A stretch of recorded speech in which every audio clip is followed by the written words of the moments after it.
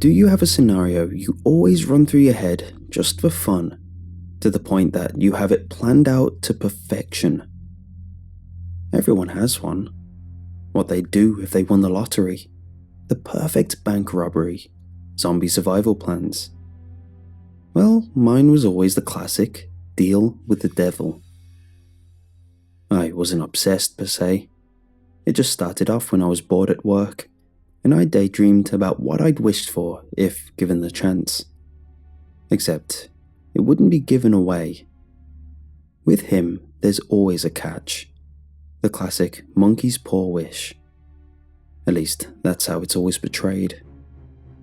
I figured that behind every work of fiction, there's always some real-life influence. Vampires came from Vlad the Impaler.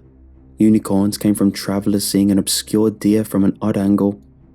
So, with many similar depictions of the devil, there had to be a real-life example as reference. At first, I had a simple wish. I wish I was rich. But we've all seen the shows where this goes horribly wrong. So, that got me thinking. How can I make the perfect wish?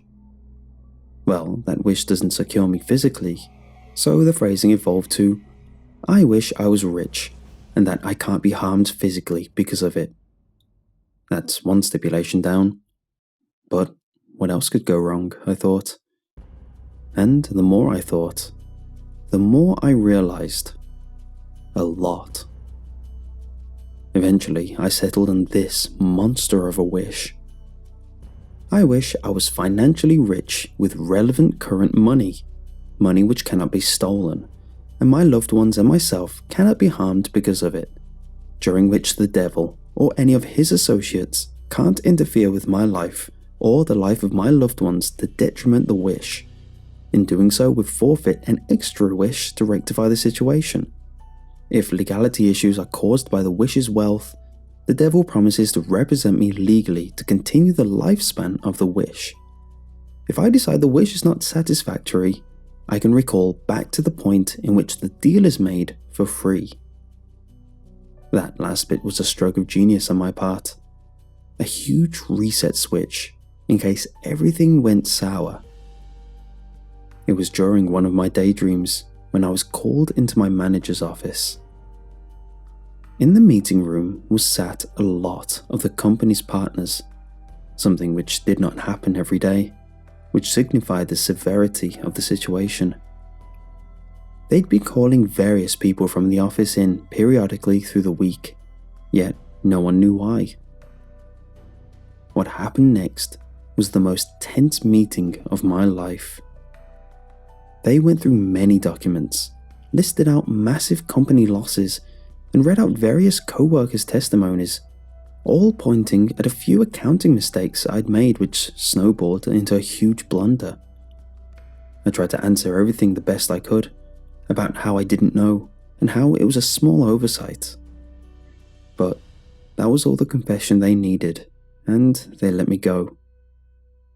With such a huge mark on my name, word spread, and I was unhireable in my field pretty much throughout my entire region of the country.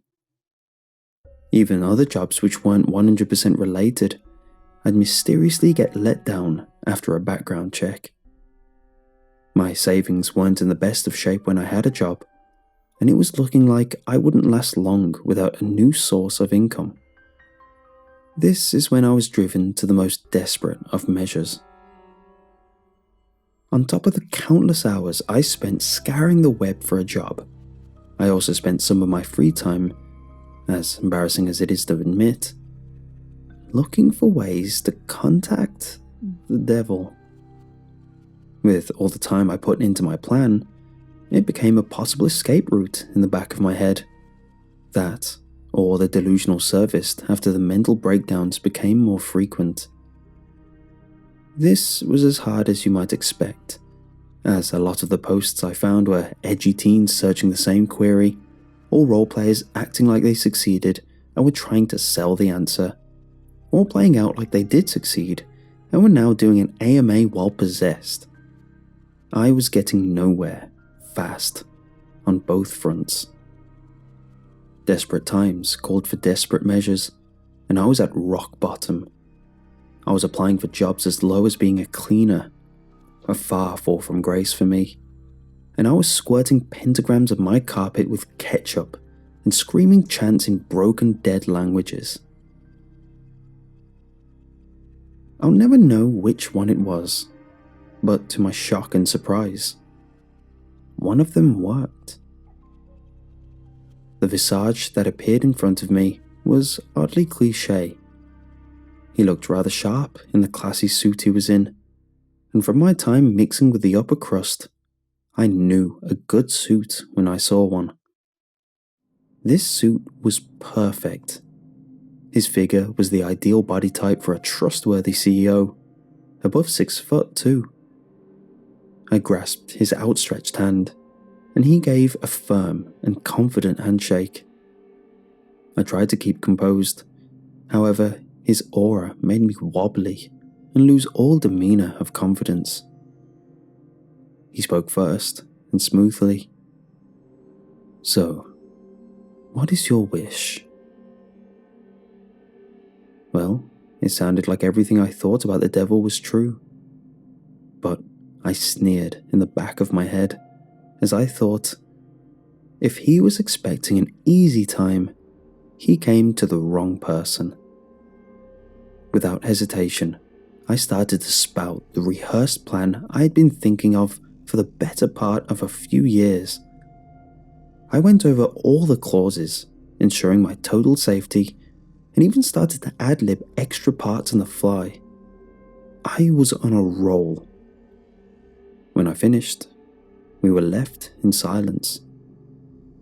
I stared at him, now with a slight twinge on my lips, hinting at a suppressed smirk, though I forced myself to not smile. A thin veil and an attempt of a poker face. I expected him to be shocked, or at the very least mildly bothered, but he just smiled and said, "It is done." I opened my eyes in shock, taken back by his lack of reaction. However, soon he was gone, and I was again alone in my apartment. I pulled up my phone and opened my banking app. What was only minutes ago in a dismal state was now looking more like a phone number. I wasn't just rich, I was insanely rich. I started to hyperventilate in excitement. After a brief moment of exasperation, I got to living my life to the fullest, with no worries, just fun. Immediately, I started renting out the nicest apartment in the middle of the city. Rather than decorating it myself, I just asked them to keep the display decor. The extra amount I offered more than satisfied their protests. I started spending thousands a day. I only let the nicest of foods touch my palate. I partied with the most important people I could get in contact with, each of them enthralled by my fast pace of life. Every day was an adventure around the world. I could be wherever I wanted to be, whenever. Believe it or not, this was me starting slow. Soon I was supplemented on some fine ingredients that had me wired on a near 24-hour basis. I could not be slowed down. Because the money could not be stolen, I never had to have any sort of guard, something that plagues a lot of people with wealth. In theory, I could withdraw all of it in a lump sum and leave it unattended in the middle of the city, and a twisted divine intervention would stop a child from stealing a penny of it. Years went by like this, the greatest years anyone could live. What I accomplished in a year was something any normal person would dream of doing in many lifetimes. I swam in the most exotic of places, with the most beautiful of people. I shared feasts with great leaders of the world. If it was possible and sounded fun, I had done it. In my more crazier years, I even invented new ways to have fun. Go-karting with paintball guns, That was a weekly thing for me. Drug magicians? Admittedly, one of my more coke-fueled ideas, but it happened. I even started an underground betting circle based around horse racing, but the horses were on fire.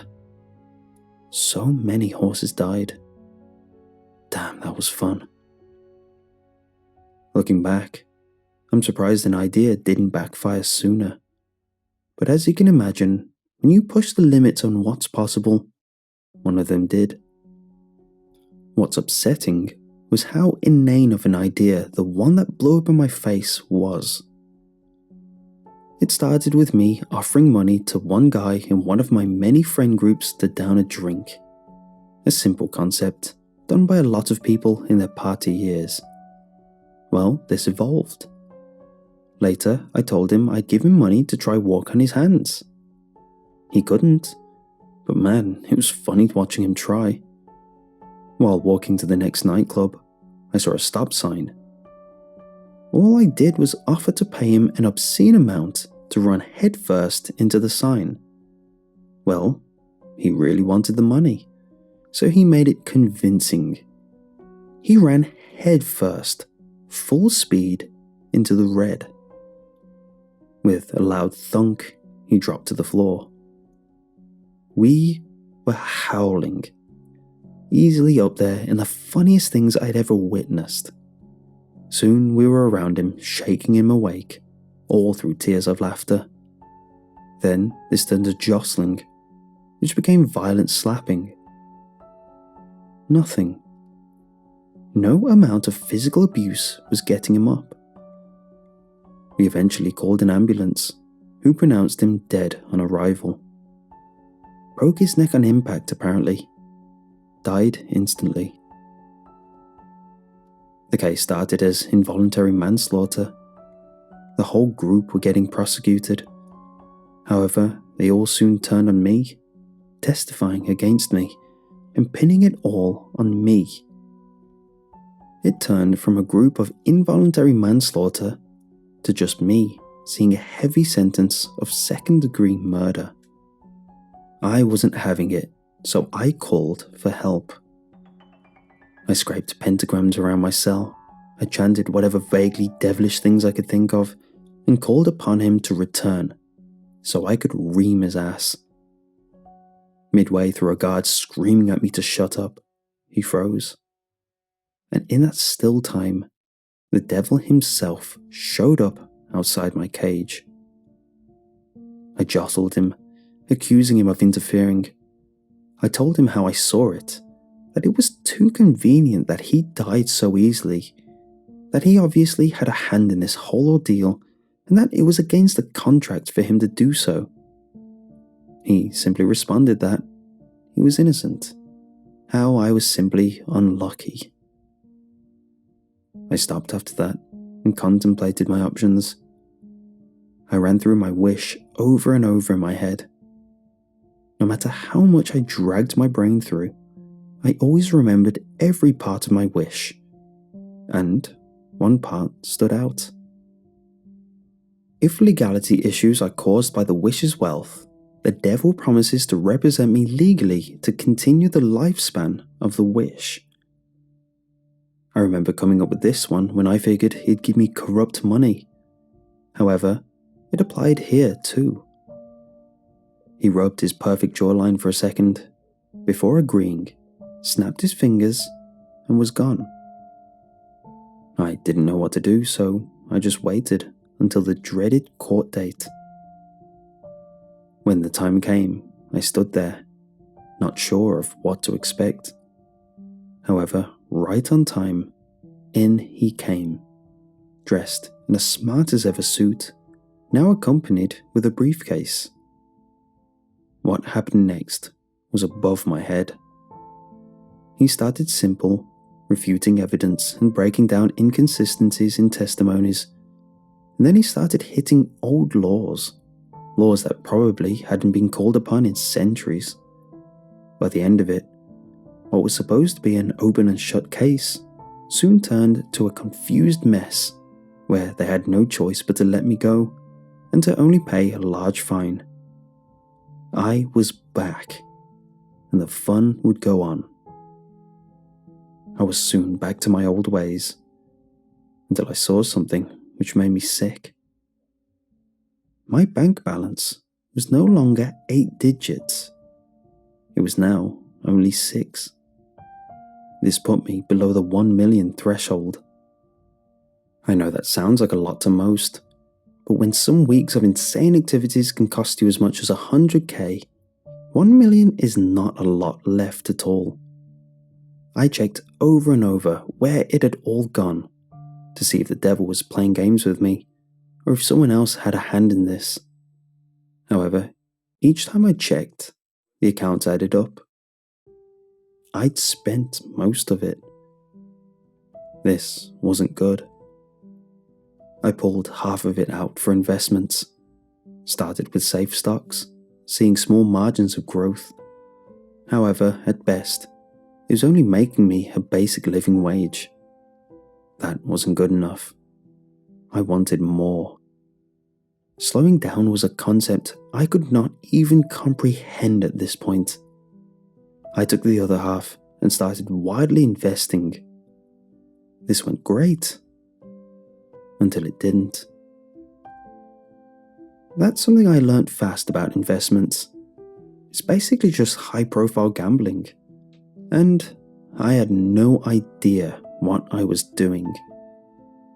Soon I found myself with just a safe investment left, a small but tidy 500k. I took it out and hit up contacts to find out what to do with it. They all offered the same garble about small investments in promising startups and diversifying blah blah. That wasn't good enough. Only one person came through for me.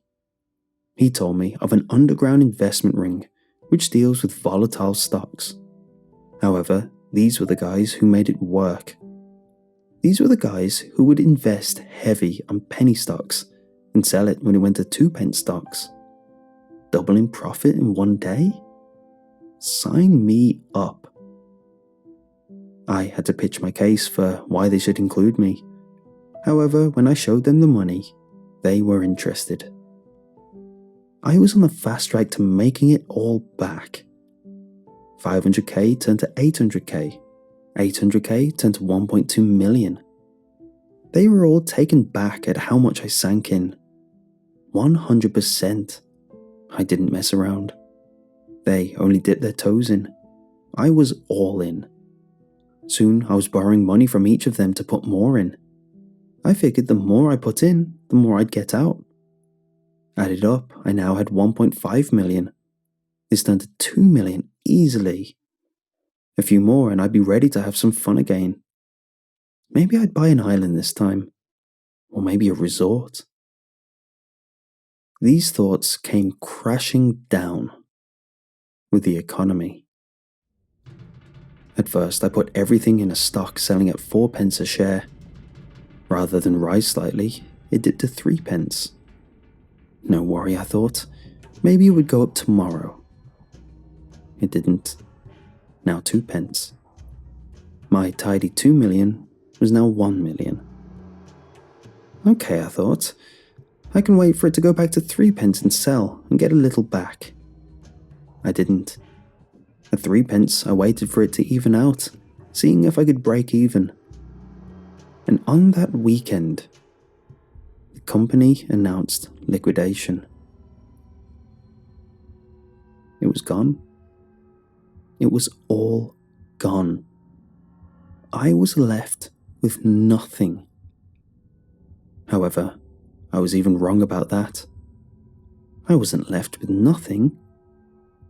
I was in debt. In debt with some very nasty people. At first, I reassured them that I had other investments, that I wasn't so stupid as to put all my eggs into one basket, something which they believed since only an idiot would do that. An idiot such as myself. I scrambled around my entire contacts list, begging for money, calling upon the good times to corral some nostalgia. Though they offered me something, it was a pittance compared to the amount I needed. And as promised, the threats started coming in. I was mailed a rather shifty-looking package, which, after I threw at the wall, exploded. That was just a warning. While walking to the shops, I was jumped and beaten badly. Afterwards, I was told I had 5 days. This turned to 4, then 3, then 2, and finally, 1. I didn't leave the house, tried to barricade myself in, but they found a way. They were tenacious. I was soon strapped to a chair, a man with garden shears trimming off my fingers. This was it. At this point, I was accepting death. I was soon regretting all my decisions, wishing life would go back to how it was, a simpler time before all this madness. With this realization, a certain someone popped into my head. Embarrassingly, in front of all these pretty hardcore people, I was soon screaming for the devil to help me. They all burst out cackling at my strange, desperate plea. Mid-laugh, everyone stopped. And there he was, smooth as ever, my saviour. I called upon the ultimate failsafe, the part of the wish I never knew I'd need, and almost forgot I had. If I decide the wish is not satisfactory, I can recall back to life to the point in which the deal is made for free. With this, he simply smiled, clicked his fingers, and everything went black. In what felt like a blink, I was back in my chair, looking at my dingy old apartment, covered in ketchup pentagrams. I was excited. I was back. Then I was shocked. I was back. Then I was solemn. I was back. Then I was sad. I was back. Then I was depressed. I was back.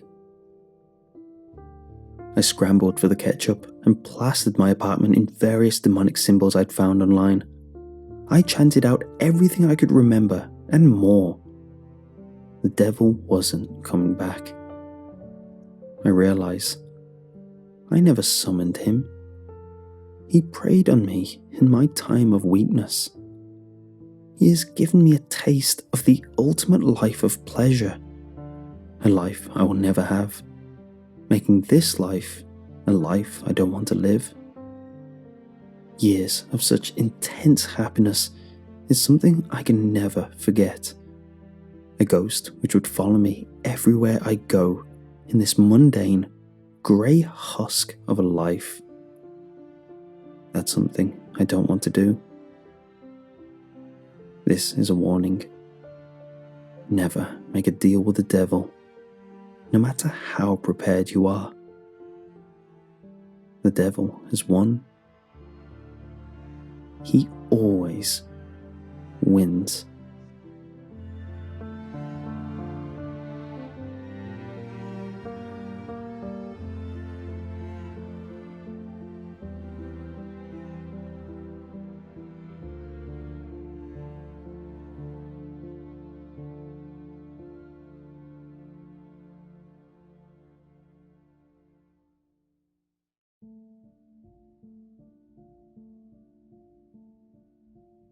On the southern edge of the small town of Ranville, there is a wide, unlit road that separates the town from a wild and thick forest. 3 houses adorn the northern edge of the road. They are the homes of the Peters family, old Mrs. Abernathy, and Joshua Daniels, respectively, and they look out across the road upon the forest that the sun can scarcely pierce. Many travellers who have taken the road late in the evening have confessed to feeling a peculiar sense of uneasiness as they pass the trees in the darkness. There are stories shared in hushed whispers amongst the children of the town that speak of an evil presence lurking within the woods. Apart from the occasional incident of missing cattle, no apparition of maliciousness has ever befell Ranville, and so the town slumbers peacefully beside the gargantuan labyrinth of ancient oaks. It was in the early days of autumn that the men came and installed lights up and down the road that cast their luminous light into the trees. It was a welcome change to the residents of the road, who hoped that this would ease any feelings of insecurity in the darkness. Any wrongdoers who had previously made mischievous plans for the road would surely be exposed and foiled, and so the residents hoped for a good night's rest. While the additional light took a little getting used to, they all slept easy that night, except for Adam Peters, the son of the Peters family, who had horribly unpleasant dreams, but that is often the case for children when confronted with any sort of change. The next morning, the residents all agreed that the lights were a blessing sent from above.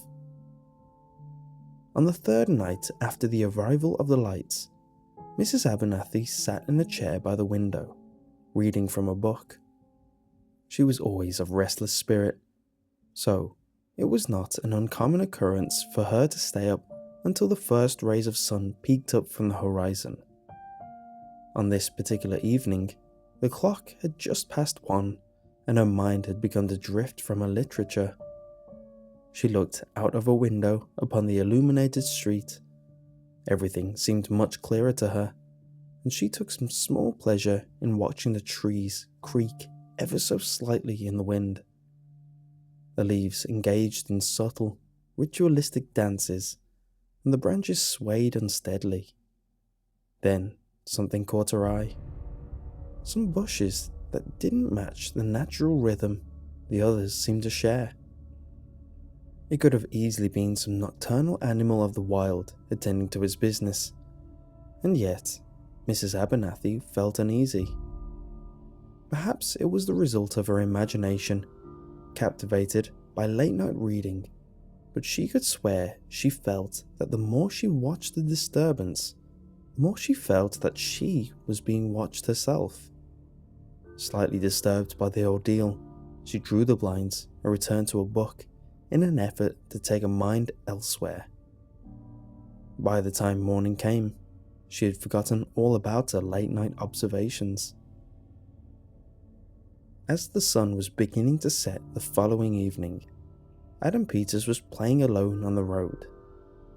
The lights had not yet come on, and so he found himself in the ill-illuminated haze of dusk. The wind was of mild temperament, but still possessed a bitter, icy bite. It was not the ideal situation, as he would have much preferred to find entertainment indoors, but his mother's insistence had driven him out into the cold autumn air.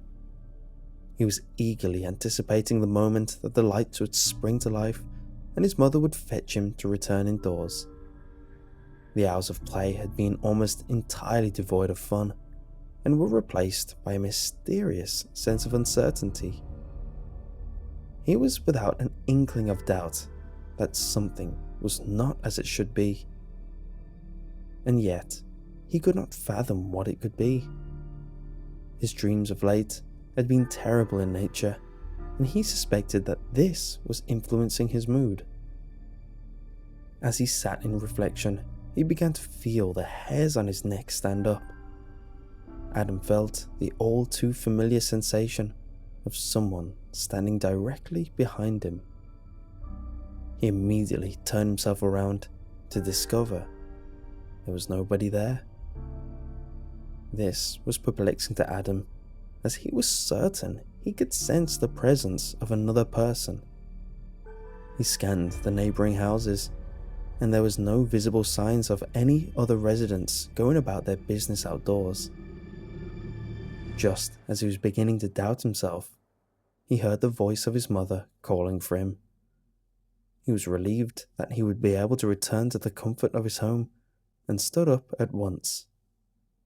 He ran up the front steps, crossed the porch, and entered the house. as he was closing the door, he made one more attempt to identify the mysterious presence that was once again unsuccessful. The road was completely deserted. Later that night, Joshua Daniels awoke from a peaceful slumber by the unpleasant sensation of dryness of the throat. His thirstiness evicted him from his bed and carried him downstairs to the kitchen, where he fetched a glass tumbler and filled it with water directly from the tap. The clock in his kitchen told him that it was nearing 3, which irritated him immensely, as he knew his remaining hours of precious sleep would be insufficient for the day ahead. Just as he was switching off the kitchen light, he heard a faint yet distinguishable tapping noise coming from the road outside.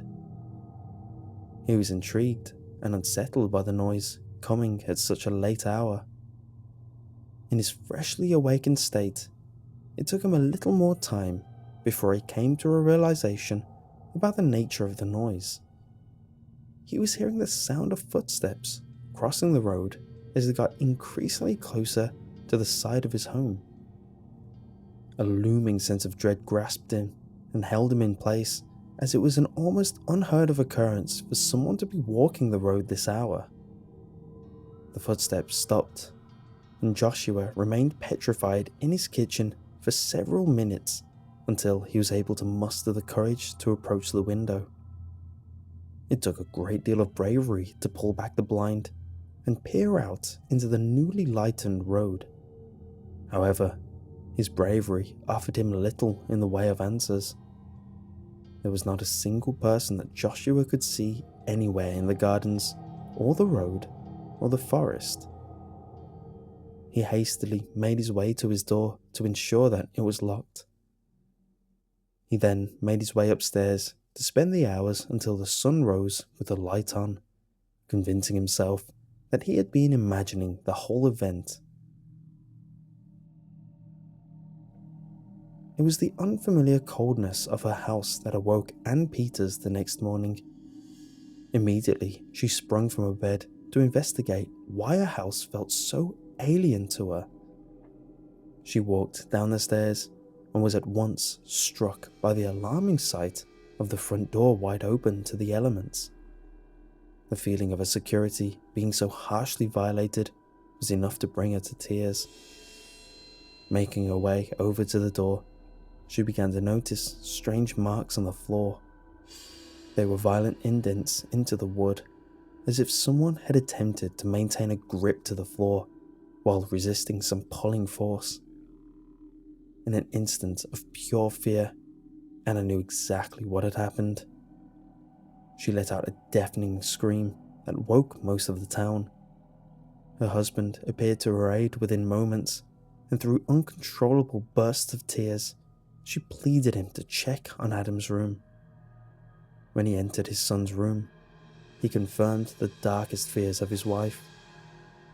Their son was nowhere to be seen. He sprinted out into the middle of the road, desperately calling his son's name, but to no avail. Perhaps if he had not been so distressed, he would not have overlooked a torn piece of his son's shirt that hung nonchalantly on the edge of a bush at the mouth of the forest. The rest of that day was a tempest of confusion, anger, and fear for the residents of the road. Many of the men of the town were called upon to search for the young boy, but hours upon hours of searching offered no clues to his fate or whereabouts. Joshua didn't speak of the events that had befallen him the night before, due to some combination of fear, denial, and guilt. But it did motivate him to take some sort of action. He emerged from his home with his tool set and set about deactivating each and every light that had made them feel so safe. Joshua knew now, as did the other residents, that sometimes it is better for the darker places of the world to remain unilluminated.